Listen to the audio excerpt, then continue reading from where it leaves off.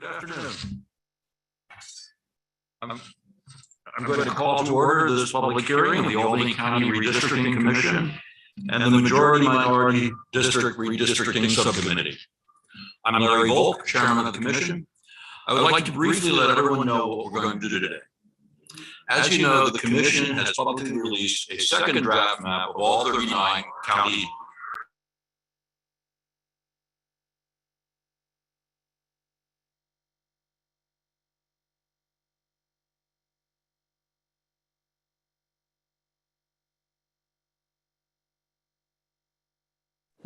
You lost audio. Yeah, you're muted, sir.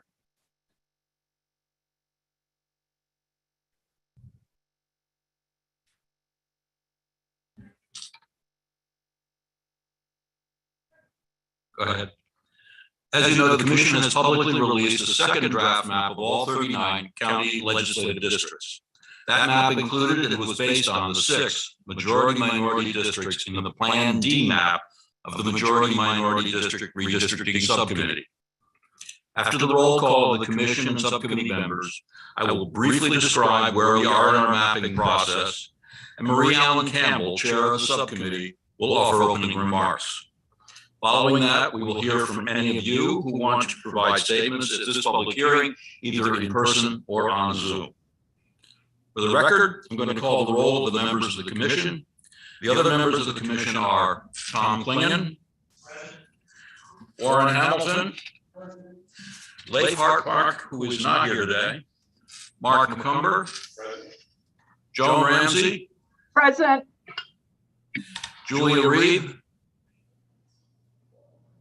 Patricia Sibilia,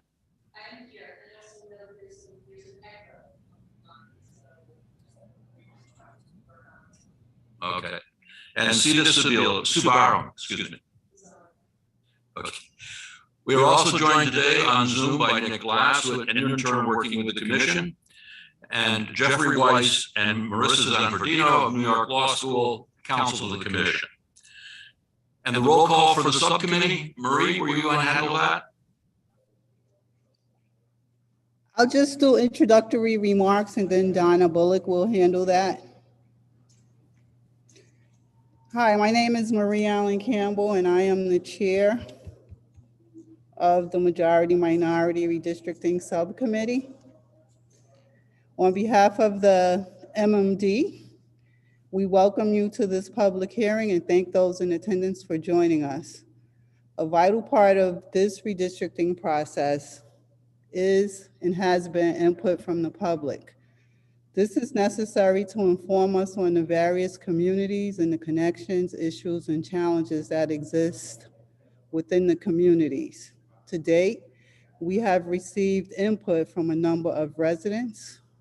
This input has spanned the gamut from requests to increase the number of majority-minority districts, to assurances that Blacks and Hispanics were being considered connected, concerns about representation, communities being divided or reconfigured too broadly. To those who have provided testimony in the past, I say thank you, we say thank you. To those providing testimony tonight, we say thank you. Your input into this process is important, very much appreciated, and will enhance our ability to produce a final map that considers the essential elements of communities and districts and the concerns of residents. Donna Bullock will now introduce the MMD members in attendance.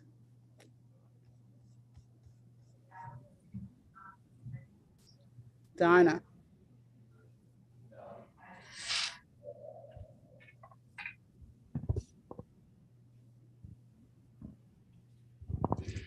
We have us in attendance tonight with the MMD, Constance Grace, Larry Malden, Kashana Owens Cody, and Nick Mazza.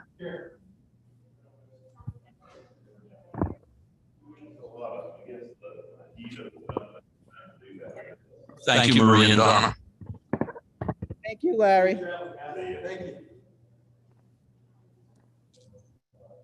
In prior public hearings, there has been a discussion of the legal bases on which our redistricting is based. And Professor Weiss of New York Law School gave an overview of the legal terrain. Those public hearings were recorded, and the recordings as well as transcripts are available on our website, albanycounty.com/ACRC. The commission and the subcommittee are hoping to be ready to submit a recommended district map to the county legislature in the next few weeks, so that legislators can have an adequate opportunity to review, understand, and adopt new district lines well in advance of the 2023 election calendar.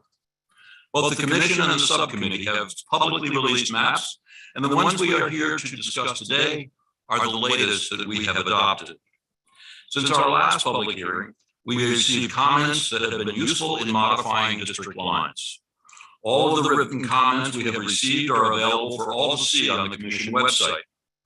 We've received comments regarding the district lines that affect the village of Manans and its immediate surroundings, as well as comments regarding how the lines of the majority minority districts are or should be drawn. We also received a complaint about the quality of the map available online. If anyone else is having that difficulty, I suggest using the AppGeo online interactive map found on the mapping page of our website, albanycounty.com/ACRC. Following today's hearing, we will again revisit the maps and any comments received today and any other information that may not have been available to us when we adopted those maps. So while these are the latest maps that have been adopted by the subcommittee and the commission, there may be further changes. It is our expectation that this will be our final public hearing, and we will consider any other public comments received by midnight today and any other information we may have available in conducting our review. We would now like to begin the witness testimony, and we have Lars Dahl. Let the record reflect that Sita Subaram has arrived. Lars,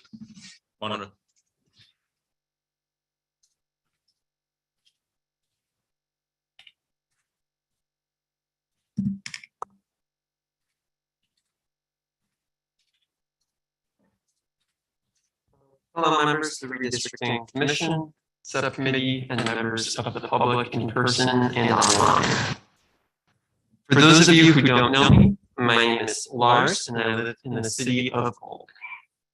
Today I'm going to be speaking about three main issues. I'm going to start by reviewing public input to the Commission. That can be found on the Commission's website.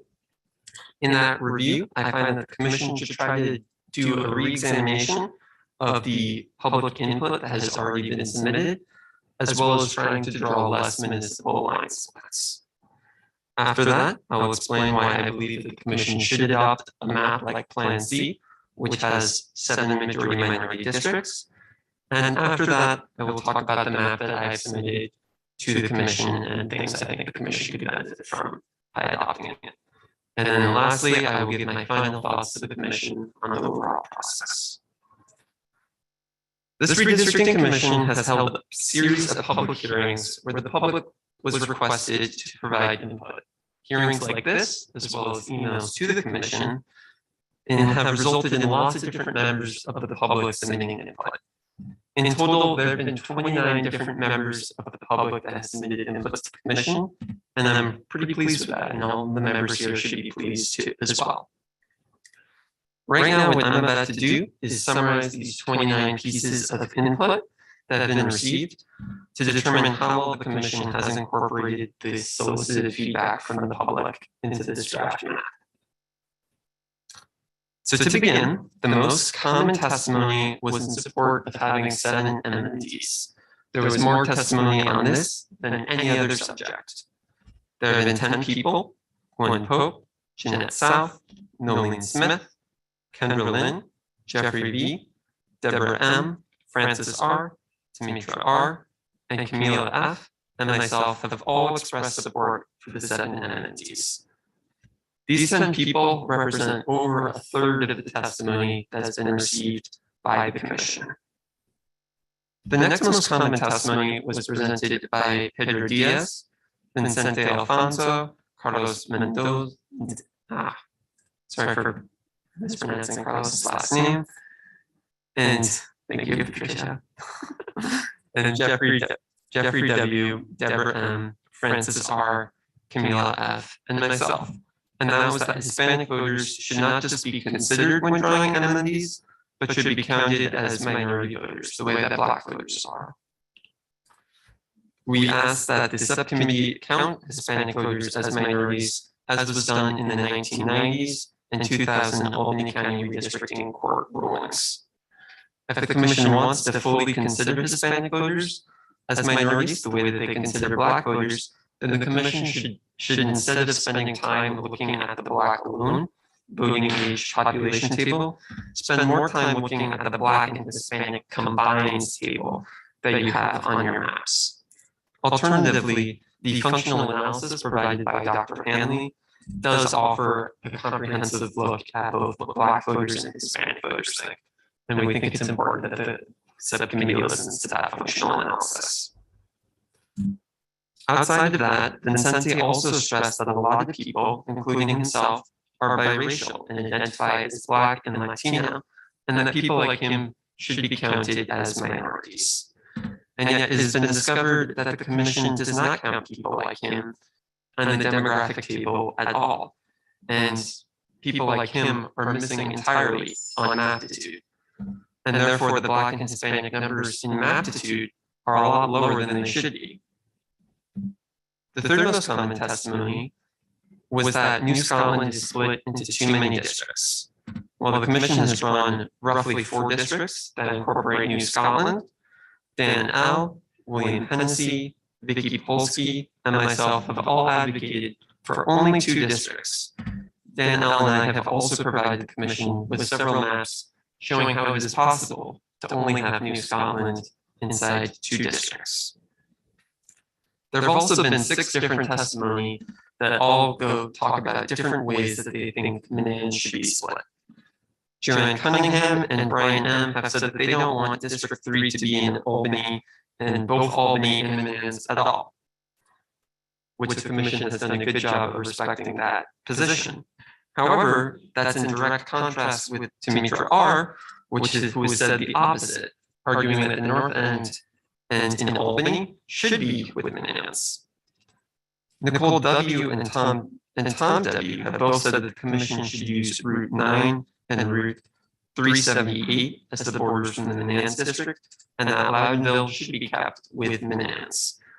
And County Legislator Allison Lane has also expressed support for Loudonville being in the same district as Manans. James C. has also said that the Manans district should be expanded out to Route 9. The commission's draft has not used either of those roads for the borders and has separated Manans from Loudonville. Outside the Manans, Lois G. and myself had advocated that Waterloo be only in 2 districts as opposed to the 3 districts that it is currently in. Allison Lee has also asked that the Manans district not enter into Waterloo. Given that it's easy to draw 2 districts in Waterloo, and that reducing municipality splits is a legally required priority of the commission should seriously consider adjusting the map. 1 moment.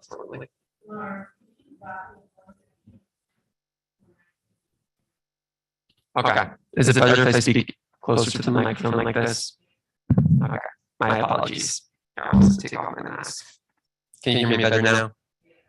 Okay.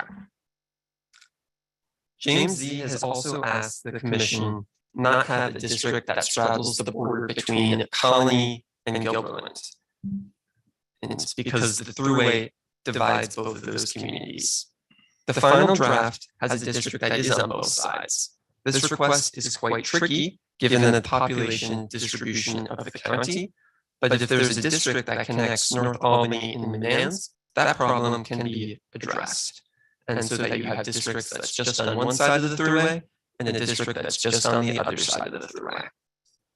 The most detailed testimony from the commission's map came from Haley N. Haley requested a lot of things, but her main point was that the Northway divides the communities on either side of it, and that it should be the border between District 22 and District 23. In my final map, the Northway is that divider between those two districts and shows how those two communities can be respected. County legislator Matthew Miller has also commented on the map, asking that the hamlet of Selkirk not be split between two districts like it is on the commission's map. The hamlet has a very small population of less than 1,000 people, so it should easily fit into one district. County legislator Merton Simpson has also commented that his house should not be in District 4 and should be with the rest of Sheridan Hollow as well. The last three comments received are general comments about not specific things on the map, two of them generally in favor of the map, one of them generally in favor of the map, James C. 777, and Rosa Marie ZK and Wendy J generally opposed to the map. The reason why I've spent so much time reviewing all of these testimonies is to again see how well the commission has responded to those public inputs. And overall, the commission has filled the requests from Joanne Cunningham and Brian M. and has drawn a map that makes JMC 777 happy. But conversely, every other request that the commission has been received is not reflected on the commission's draft map. The draft map has only satisfied 8%, 2 out of 26 of the public requests, and has not drawn a map that reflects 92%, 24 out of 26 of the total requests from the public. While obviously it's impossible to draw a map that satisfies everyone, I think it is possible to draw a map that satisfies more than just 8% of the public. To put this in contrast, the map that I've drawn shows how the commission can respond to public input, and shows that it's possible to include 21 out of the 26 public requests into one map. While Plan C only addresses the MMDs, just adopting that map and making only the minimal other changes to the commission's map would address 12 out of the 26 requests, a huge jump for the commission. I strongly encourage the commission, again, to take a look and try to see if the commission can make a couple more tweaks to adjust the public feedback. Now, whenever the commission has been given feedback from the public, the commission has tested it in Maptitude. Almost all of the time that happens, the commissioners who are trying to adjust the map to reflect that feedback have said that the commission can't actually change the map to reflect public feedback because that would make it impossible to keep the existing communities of interest that are already in the map together. However, the most important communities of interest are the ones that the public has identified. The public will always know more about their blocks and neighborhoods than the commission does, and anyone else who doesn't live there. And if the important communities of interest need to be protected, the public will raise those points and will give the commission feedback. And the public has already spoken up and has advocated for their communities. So I do think it's important that the commission acts to reflect those communities. Go for it.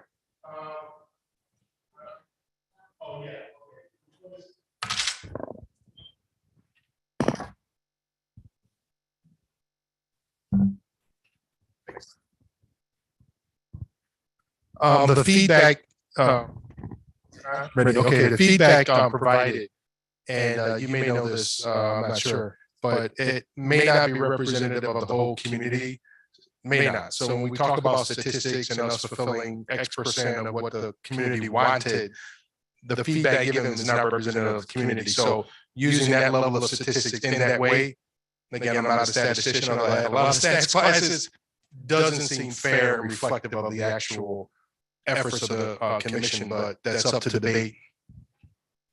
Okay. And I do ask that the commission, if the commission has been hearing from the public outside of what's on the website, to suggest support from the public in the maps, I encourage that to be made on the website so that the public can see what other members are thinking. Further, I think that the commission should redraw the map to reflect a couple other of concerns with the districts. I'm not going to take up more time to explain all of it, but I will be submitting this in writing to explain different ways that maps should be redrawn. For instance, District 31 does split the village of Knox, which is less than 40% of the district size, so it really should not be split under state law. Next, I do want to focus the next part of my testimony on why I think the commission should draw a map with 7 MMDs. The most important reason, or at least one of the key reasons why the commission should do it, is because a map with 7 MMDs would help protect the county from a future lawsuit. Dr. Handley has said at her most recent meeting with the subcommittee that that map is the best map for minority voters in the city. And given that that is accepted by the hired expert, I do feel it's important that the commission does adopt the map that is the best for minority communities, and to be sure to do that. Additionally, having more MMDs would also mean that there's more diversity in the county legislature. And as I mentioned earlier, the most common piece of feedback the commission has gotten has been to draw 7 MMDs. The public would much rather have a map with 7 MMDs than a map that doesn't split Minneans, which is also something else that the commission has been talking about. If the redistricting commission does have issues with District 3 entering Minneans, I would like to remind the commission of a couple points. The first is that creating minority districts is the most important thing under New York state law, besides making sure that districts are within deviation. So it should come legally more in front. Additionally, there are a lot more people who want there to be 7 MMDs than there are who don't want Minneans to be in a district with Albany. If there are other members of the public who disagree with that and think that Minneans shouldn't be with Albany, they should be speaking up at the public hearings. Additionally, on the final draft map, the only road that links North Albany with the rest of the district in the draft final plan is I-90, which almost no one uses to travel within the city of Albany.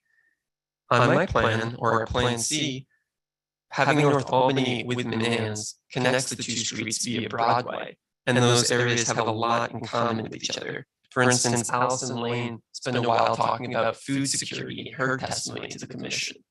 If those areas are facing similar problems, it would help to have a representative that really can hit home and make sure that that issue is addressed.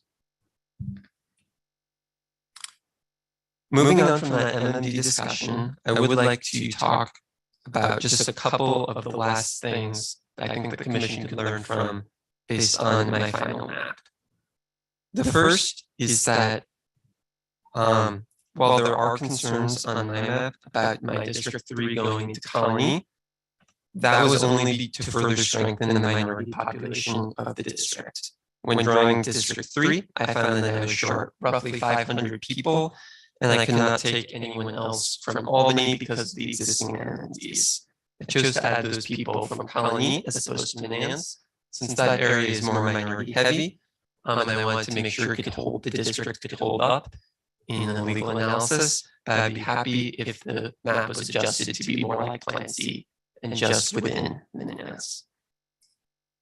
I also note that my map is able to address other concerns, like Waterville being in multiple districts, using the Northway as the dividing line, keeping hamlets together, keeping Knox together, not having the throughway split Colony and Gilberland, only having New Scotland be in 2 districts. These are all things that have been shown to be possible, and I hope that the commission tries to draw maps that reflect those things.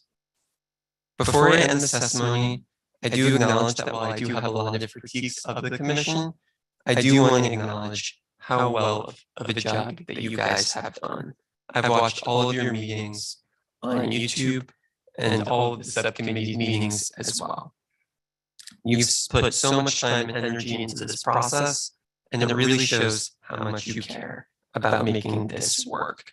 The fact that there's so much cooperation within the subcommittee and between the subcommittee and the commission is quite frankly remarkable, especially considering what we've seen on a state level. So again, thank you for all the work you've done.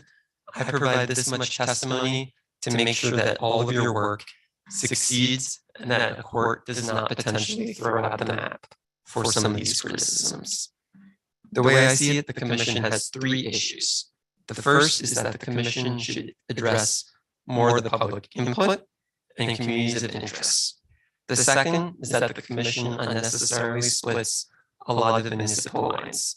The third is that the commission should adopt Plan C or a map similar to it that does have 7 majority minority districts. Thank you so much for listening to my testimony, and I'm happy to talk to you afterwards if there's any other questions. Thank you. Thank you, Laura.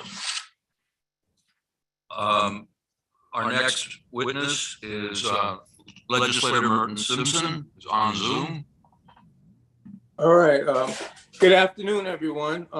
Good afternoon, commissioners of the Albany County Redistricting Commission and the Majority Minority District Subcommittee.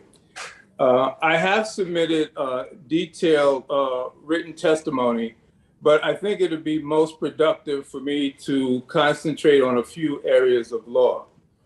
I think even those people who believe in alternative facts would agree that the political structure in the United States has the federal government over the state government and the state government over local government. I think the county may not have properly oriented the commission on their mission, and I think that's caused some level of confusion. One of the areas I think that causes some confusion is Local Law 8, which revised the Albany County Charter in relationship to redistricting, states in part, places of residence of incumbents or candidates shall not be identified or considered. Now, from a common sense point of view, this could make sense if that's interpreted to mean as you're looking at all 39 districts, you don't stop or even start by asking who the present incumbents are. Or on the other hand, when it gets to close to making final recommendations, if you have a map that has 2 incumbents who are placed in the same district against each other, that runs afoul of both state and federal law, and frankly, doesn't make much common sense. Now, from the point of view of law, on October 27, 2021, the state recodified the requirements for local county redistricting. The law states in part, notwithstanding any local law to the contrary, any plan of districting or redistricting adopted pursuant to a county charter or a charter law relating to the division of any county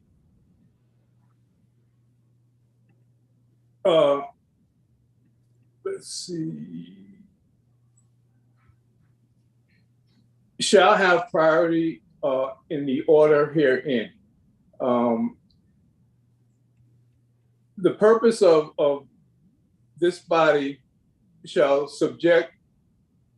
be subject to federal and state constitutional requirements and shall comply with the following standards.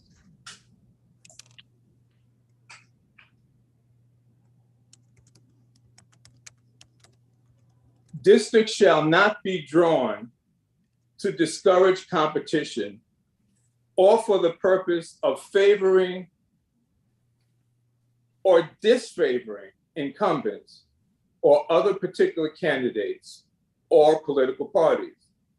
The maintenance of cores of existing districts, of pre-existing political subdivisions, including cities, villages, and towns, and of communities of interest shall also be considered. To the extent practicable, no villages, cities, or towns, except those having more than 40% of a full ratio for each district, shall be divided. So, although the present map may not be the final map, The fact that this was presented in a way that runs afoul of all of those things just mentioned, the fact that the maps should not be developed in a way to disadvantage incumbents is problematic when you look at some of the federal guidelines as well. The essence of the state law is to basically do no harm, to make the minimal amount of adjustments to create the maximum impact for communities of color. So the idea of not having to respect the existing political communities of interest, core political areas, runs afoul of the superordinate state law. Now, when it comes to federal law, the Voting Rights Act, which is Section 2 is the only remaining part of the Voting Rights Act, is very clear about the negative and inappropriate use of gerrymandering. According to the US Department of Justice in their guidance under Section 2 of Voting Rights Act for redistricting and methods of electing government bodies, published September 1st, 2021, states that as the case is recognized, Section 2 vote dilution violations can take several different forms. At-large election systems or multi-member districts can submerge minority voters within a larger majority electorate that can effectively control all available positions. Gingles, 478 US at 4849.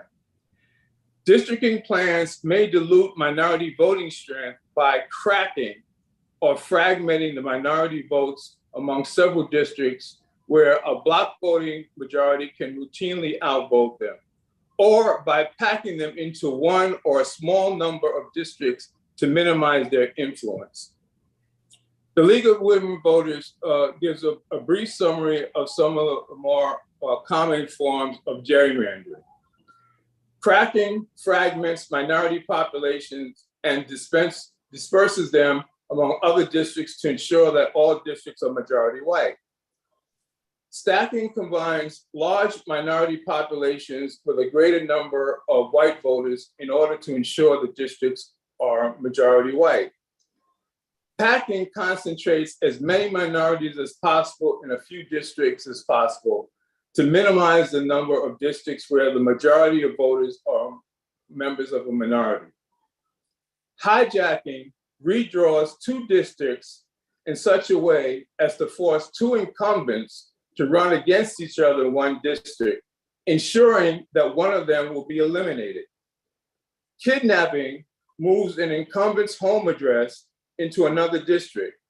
Re-election can become more difficult when the incumbent no longer resides in the district or possibly faces re-election from a new district with a new voter base.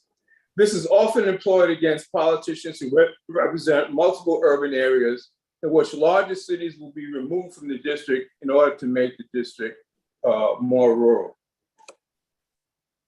Redrawing the district lines so that incumbents are hijacked so that they have to run against each other is similar to, but worse than packing, because you're unilaterally disenfranchising voters by abrogating the voters' right to support the quote unquote candidates of their choice for whom they have already selected. From a practical point of view, people who are not from the Albany area and the Capital District region may not realize how difficult it is to get people to run even for committee seats. The Albany County Democratic Committee meets maybe between 4 and 6 times a year. And yet it's difficult to get people who are actively interested in that lower level of government. When it comes to getting candidates who are interested in running for the county legislature, it's even more difficult. So that when you have established representatives who have been continually supported by their constituents, you do a disservice to the communities by taking away their candidates of choice. The present map also kidnaps the legislature by moving his home outside of the particular community of interest he's in. Again, federal law supersedes state law. So the existing map that we have now runs afoul of both federal and state law.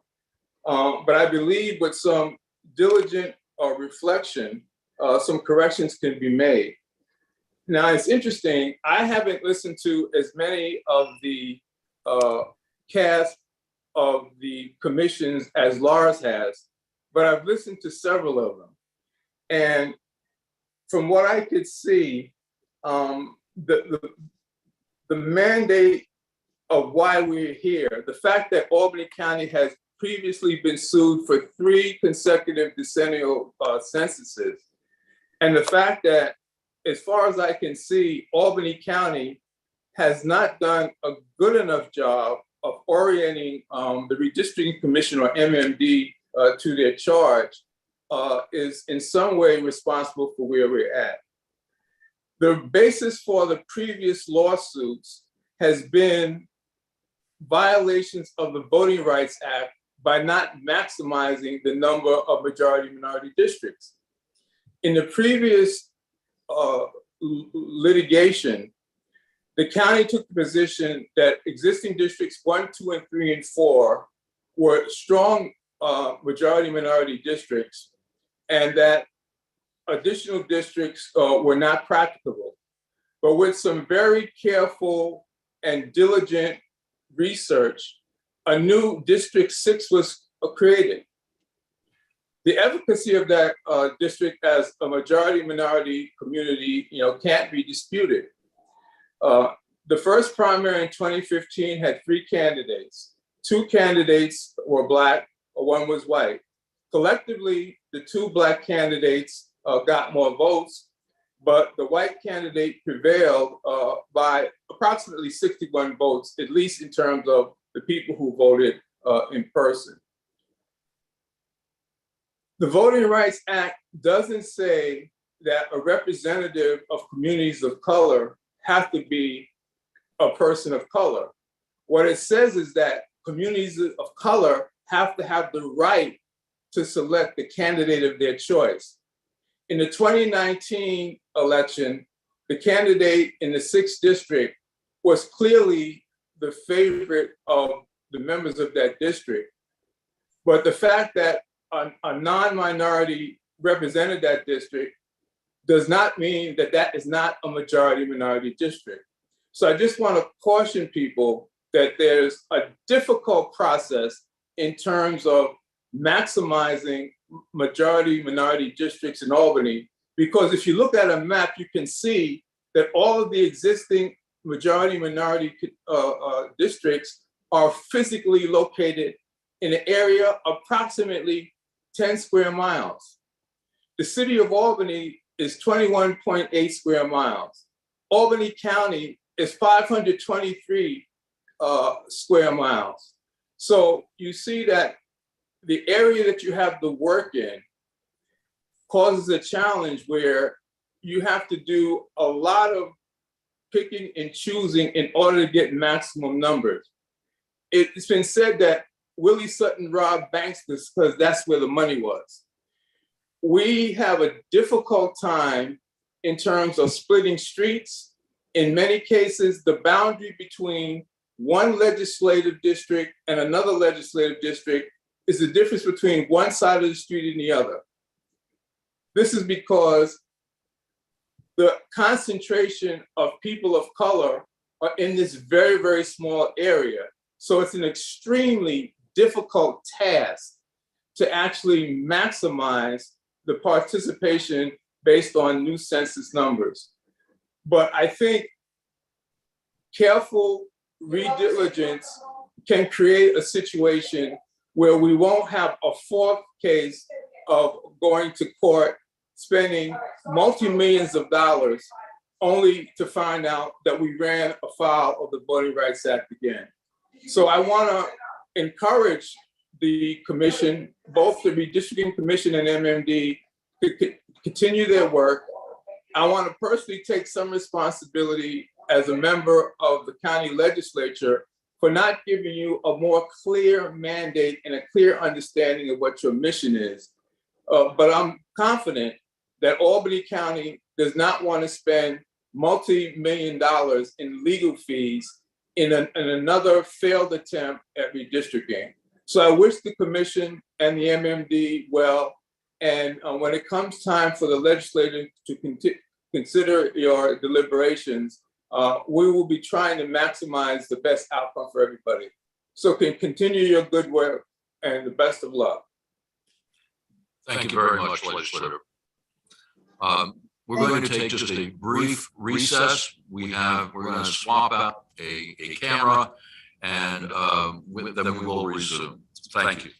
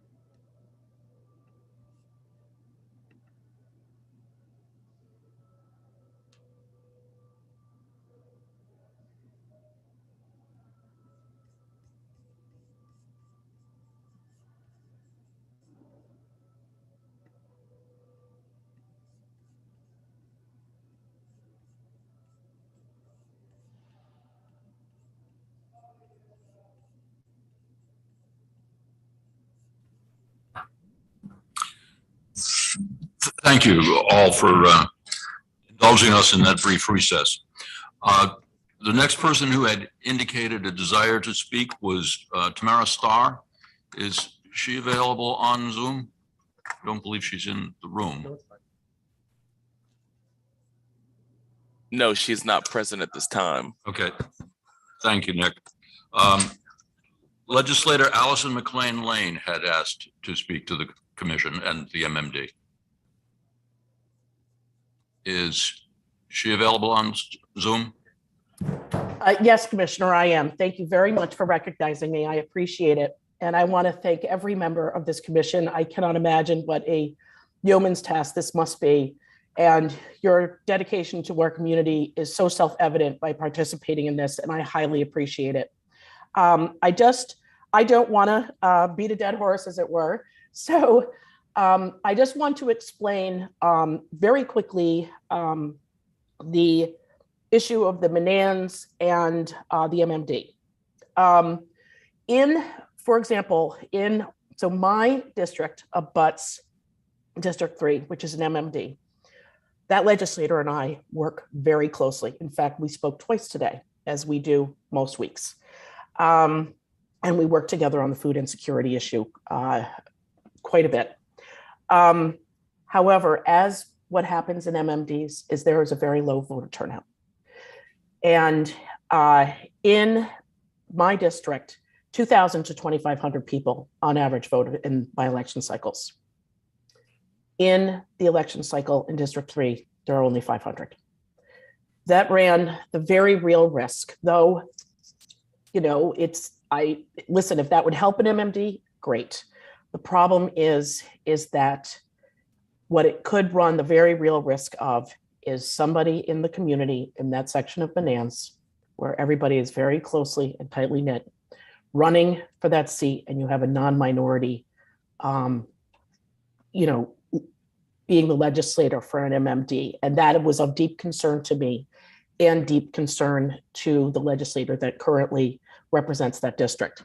So hence, it was not a self-serving thing. Of course, the Village of Bonanza, we desperately want to keep it together. Very briefly on the history of the Village of Bonanza, we used to have 3 grocery stores. We used to have a pharmacy, 2 banks. It goes on and on. We even had a community pool. It is now empty on Broadway. The same problem exists as, you know, in North Albany, that is true. The issue has become that we are very tightly connected to the people at the top of our hill, from 378 over to Route 9, the east side of Route 9, which is also engaged with our food desert and identified as a food desert as well, down to the Albany line abutting the MMD. These are people that all know each other. We all have relatives. I explained that in my letter very briefly.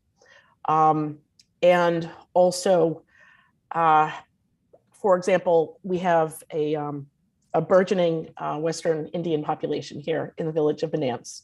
One of those families is from Afghanistan. He was an interpreter for the US Army. I'm sure you know where this is going, where I spent 3 months, probably 18 hours a day, trying to get his family out of Afghanistan. And they lived in the garden apartments. They then finally we were able to get them out. They bought a house on the section of Bonanza Road that is proposed to be removed from the 14th Legislative District. And they were heartbroken to learn that they would no longer be in this legislative district.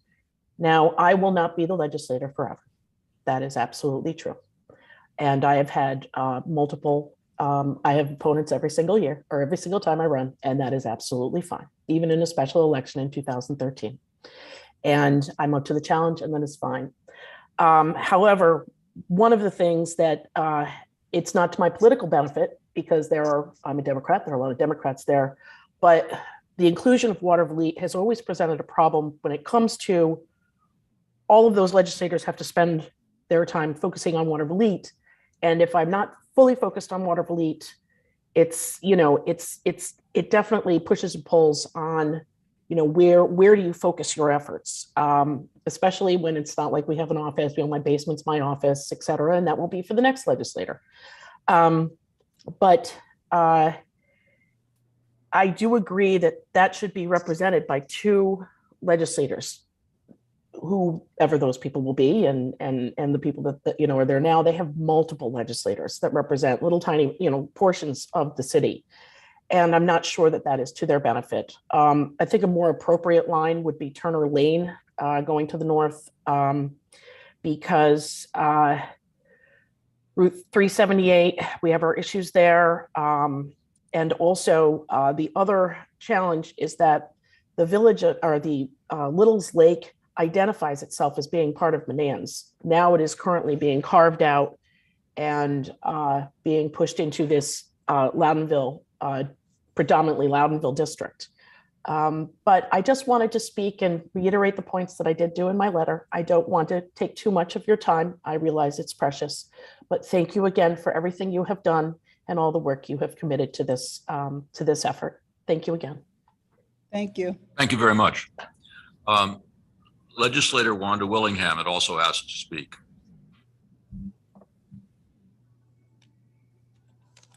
She is not at this moment present. Okay. And Zachary Simpson had asked to speak on Zoom. Yes, hi, I am here. Hi, Mr. Simpson. good evening. Thank you very much for the opportunity to speak tonight. My name is Zachary Simpson. I'm a resident of the city of Albany. I serve as president of the Upper Washington Avenue Neighborhood Association. Earlier today, our neighborhood association, along with Albany Common Council member Hyde Clark, submitted written comments to be considered by the Albany County Redistricting Commission and the Majority Minority District Subcommittee. However, I wanted to appear tonight to speak up and further urge the commission and the subcommittee to dispense with the changes proposed to the 13th district and keep the boundaries in line with the current district map. While I understand the commission needs to create majority and minority districts, the commission is also required to maintain communities of interest. These include schools, parishes, and with a particular emphasis, neighborhood associations. As the 13th district exists today, Upper Washington Avenue Neighborhood Association shares the district with Beverwick, Melrose, and Pine Hills neighborhood associations here in Albany. If these new redistricting lines are adopted, we will be moved to the 3rd district, grouping us with North Albany, Loudonville, Menands areas. I find this unacceptable, and it just doesn't make sense to me. I also want to point out the Upper Washington Avenue Neighborhood Association has worked directly with all the neighborhood associations I just mentioned. We actually, in fact, during COVID-19, have hosted joint meetings with the Melrose Neighborhood Association. It may come as a surprise to everyone, but neighborhood association boundaries are invisible. We help and rely on each other every day. To take us out of the 13th is really a stark contrast to the goals of maintaining communities of interest and does a great disservice to our residents. Just finally, our longtime Albany County legislator, Ray Joyce, who serves the 13th, has been a dedicated public servant, community partner, and a constant presence at our neighborhood association meetings. We have worked with him on numerous occasions, tackling issues of concern to our neighborhood and our quality of life. He has deep roots in our neighborhood. He grew up with his brothers and sisters right over on Winthrop Avenue. He knows this neighborhood better than anybody, backwards and forwards. So just in closing, I'm not going to take up too much time, but I have a lot of respect for the work you're doing. I know it's not easy, but I please urge you to go back to the drawing board and keep the 13th district close to how it exists today for the sake of all of our neighborhoods. It's the right thing to do. Thank you very much. Thank you, Mr. Simpson. We also have a request to speak on Zoom by Tim Lane. Is Mr. Lane available? Yes, sir. This is Tim speaking. Yeah, I did want to note that it appears on the proposed maps that there are portions as they had moved a section of the 14th from Route 9 eastward and into Menands. They have actually cut through properties within Menands in Norwood and Lower Sage Hill Lane, which would actually remove them into the other district. You know, that, and that's just a small portion. You know, my position would be that the current boundary remain at Route 9. It's a good natural boundary for the district. And it does provide there is a sense of community within that area. The way in which has been redrawn, you know, I'm not sure how the idea was proposed, but it seems a little abstract, and I'm not quite clear on what the motivations are overall on that particular change in reducing or changing the boundary on that portion of the district, and I would like to see it remain the same.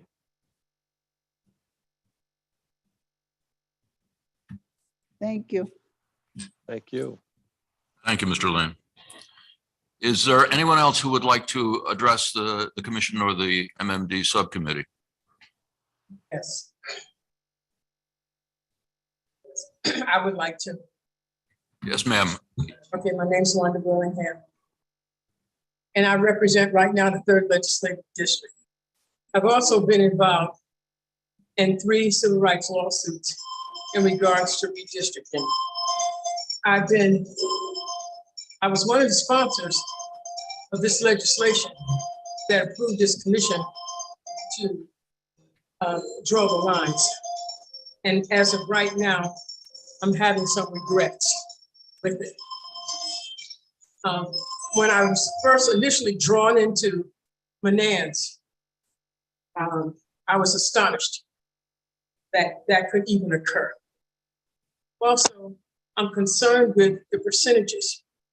There's not enough information coming out of how the information was actually used and determined to draw the lines the way that they were, the way that they are, or as put in the final draft. And I'm also concerned as far as those percentages are, majority minority districts have a really very low voter turnout. And as far as I can ascertain, my percentages as far as my white population is not going to allow in the 3rd Legislative District very easily representation could fall to someone that is a person not of color. That is a concern of mine. As I look at some of the other districts too, it bothers me that the 6th Legislative District runs the whole length of the river. That's concerning to me, that it comes from the south end all the way up into North Albany. That is a real concern of mine. Without getting into taking up a whole lot of time, because I am a legislator, right now, I'm concerned that there's just not enough information that would help me understand how those lines were drawn and what was used to decide the way those percentages came about. As it stands right now, I will very honestly tell you, I cannot and will not support what is out there right now. And I will say that I'm not alone, but as for me, there is no way being involved in this as many times as I have been. I understand that there was supposedly an additional MMD drawn, but it is at the dilution of the existing majority minority districts. And that is a real concern of mine. It's also a concern of mine that anyone could think. Right now, I represent Bishopsgate as well as Shaker Park. Now, I go from people with $1 million homes all the way to people who are in public housing. And it's already quite difficult to handle that as it is. And so to also understand that Sam can move across at least 4 neighborhoods and come all the way uptown, that's a problem. That is a real problem. I don't think any of that was taken into consideration. I just think that you probably need to rethink those lines and rethink what you used to decide how those lines were drawn. And as such right now, I will not support what's out there. I don't have a problem in saying that. This is something that is very dear to me. It pulls something out of me because it was not very nice of what I had to contend with and going through in being involved in the lawsuit against the Lions the last time. I did not think, in a million years did I think that the commission would be the one that I would have an issue with. But I'm really concerned. I would like some more information as to the numbers as far as census blocks are concerned. I would like some more information, excuse me. I would like some more information as well as what the key is. And it appears you give the current districts, but what did you base it on? Did you base it on the 2020 census, or did you base it on the 2010 census? So if you're trying to say, here's the current lines, and this is what the numbers are and the percentages as far as race is concerned, which did you use? I don't know. And so none of that information is provided. And that's concerning as someone too, who would have to vote on this when I don't have enough information to really understand, why you did what you did. But in looking at all of the MMDs right now, it just doesn't look good to me. I think neighborhoods weren't even a real consideration in trying to draw that 6 MMD and dilute the rest of the existing ones. So I do believe, and I want to say this, I feel that we have people on the commissions who are well-intentioned. I want to say that. I believe are well-intentioned, who I believe are also, I don't want to use the word smart.